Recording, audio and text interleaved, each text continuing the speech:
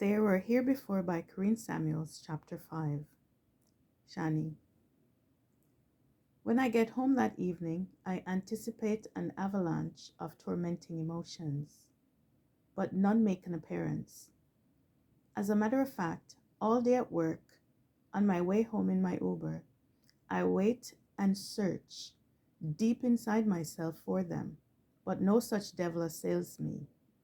I had to reprimand myself for being worried about not being worried. After a mandatory wash to get rid of other people's germs, I have a quick supper of leftover greens, baked chicken, and mac and cheese. I'm even sick of having the same kind of food all the time. Anyways, since I'm having a Zen moment, I could go visit my internet friend. Also, I feel a burst of confidence. So possibly, maybe, just maybe, tonight is the night I might be able to double click on the little heart under one of his hundreds of posts and watch it turn red. Wouldn't that be spectacular? I smile conspiratorially. Haphazardly, I click on Luan's followers and instantly ushered into a world of lush green foliage. A world I didn't even know existed prior to meeting this amazing man. I figured that since it is a done deal, and by all intents and purposes, I am going on this trip, I might as well learn about the place that I would be spending the next 90 days of my life. We actually discovered today that since we are US citizens, we did not need to get a visitor's visa if we only stay for 3 months. However, if our situation changes and we need to stay longer, we could go online and request an e-visa. On the other hand, my lion would need to have a US visa to come and visit me, which does not seem fair. Not at all. But oh well, the joys of capitalism. I guess South Africa doesn't have anything that we currently need right about now. Decidedly, 3 months would be more than enough time to do our research, explore, and submit our reports. Of course, Glow is going as well. And it makes sense since she's African American as well, regardless of what Michael said in the meeting. But who cares? I turn on my iPad and go to my downloads just for some background music. One of my all-time favorite songs come on immediately. I had the time of my life and I owe it all to you. Could this song be prophetic? I hope so. Anyways, I guess there are far worse travel partners than Glow. And who knows, we might even become friends. I laugh out loud at that idea. Who am I kidding? I am technically the type of person who prefers to live in her head rather than live in the real world. For instance, I am the type of crazy who will see, not even meet, but just see a guy at the mall or online and start making plans for a wedding. Choose the colors, the venue, the honeymoon location, and name our children, all in the space of a few hours. Also, generally, I am an expert at picking the most emotionally unavailable men, which is ironic since I am the vibe queen. In the past, I have had a total of 2 relationships, and although the guys seemingly are different, essentially, emotionally, they are the very same, which is why these days I am a lot more introverted than before. So I just go to work, come home, and get my fix from IG. I already have more than enough issues. I don't need anyone to add to my growing list. This is something I have come to accept about myself. Consequently, consistently sparkling Glow would never be interested in cultivating a friendship with someone who is as bland as myself. She always seems to be on the prowl for stimulation, and I am the greatest sedative ever. Plus, her vivacious vibrancy would be way too oppressive for me. She would absolutely suffocate me. So, no, we're totally in- incompatible. There is no way we could become friends. Not now, not ever. With a sigh, I continue to click on follower after follower and witness the most tantalizing landscapes that I have ever seen. Not to detract from the Great Smoky, but their brilliance renders the Great Smoky pale smoky in comparison. Image after image presents picture perfect postcards of low areas, raised areas, primal browns, vibrant greens, little streams, sturdy boulders, gregarious animals, varying blue hues, dapple the sky, which provides an opulent backdrop to the vast beauty of this landmass. Additionally, there are many cascading waterfalls which sparkle much like resplendent jewels decorating a Rubenesque princess. It was at this precise moment I wish that I had paid closer attention in English class, as I discovered that I lacked the words to describe such a rich oasis.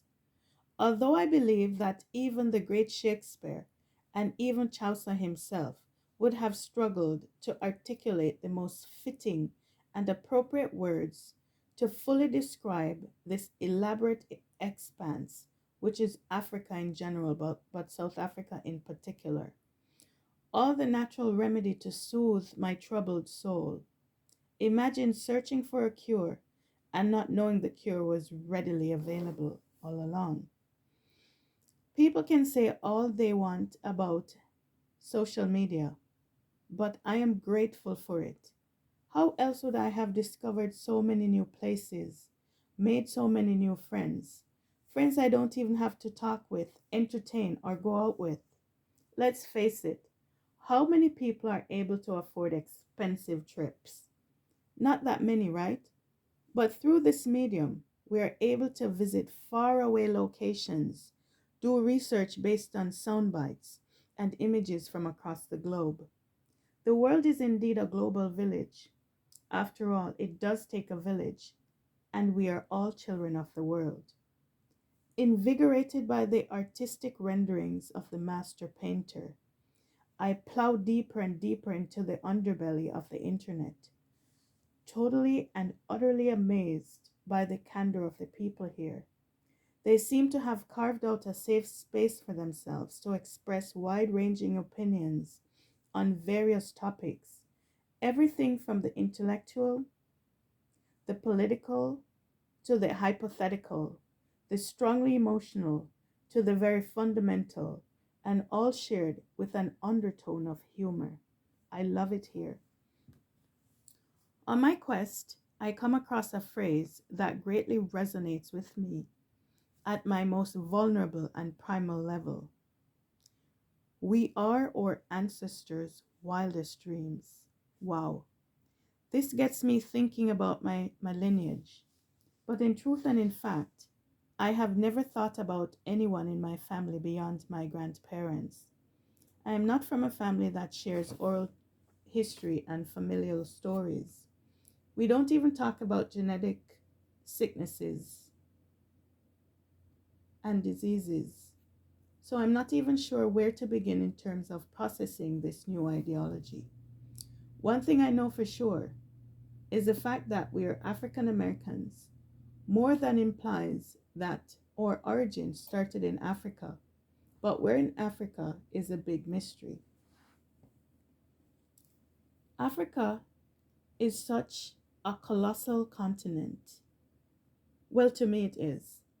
When you come from such a relatively small place, Macan- Macadamville, and a state that is 139,390 square kilometers compared to 30.37 million square kilometers, there is virtually no comparison. Essentially, not even the great state of New York, the Big Apple, can be compared to Africa. There are so many diverse tribes or clans. I learned this from my IG friends. Peoples, customs, beliefs, practices in general. Africa and Africanness is such an enigma that it is indeed both daunting and terrifying to conceptualize. The half has never yet been told is an understatement. Evidently, that number does not take into consideration the diasporas of the Americas, the Caribbean, and other places where Africans were dropped off or have decided to populate.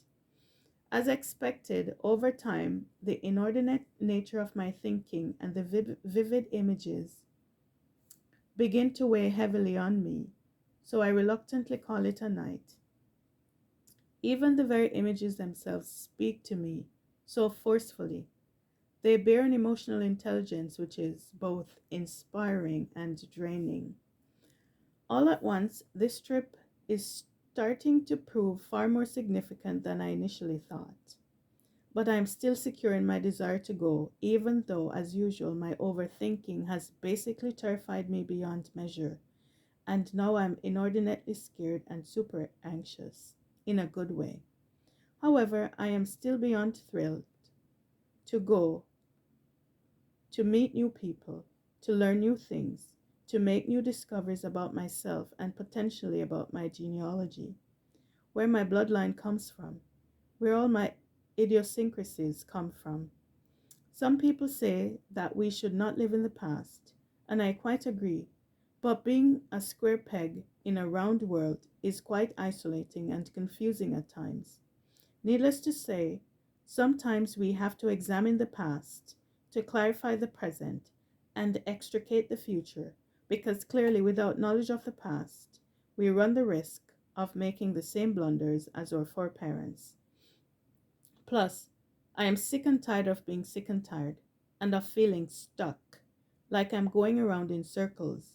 Imagine knowing you are badly broken and in search of someone, anyone, or something to fix you, but having the power in you to heal yourself all along, but not being aware of that power.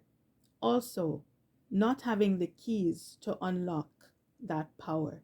Yes, maybe going to my people will make me whole again.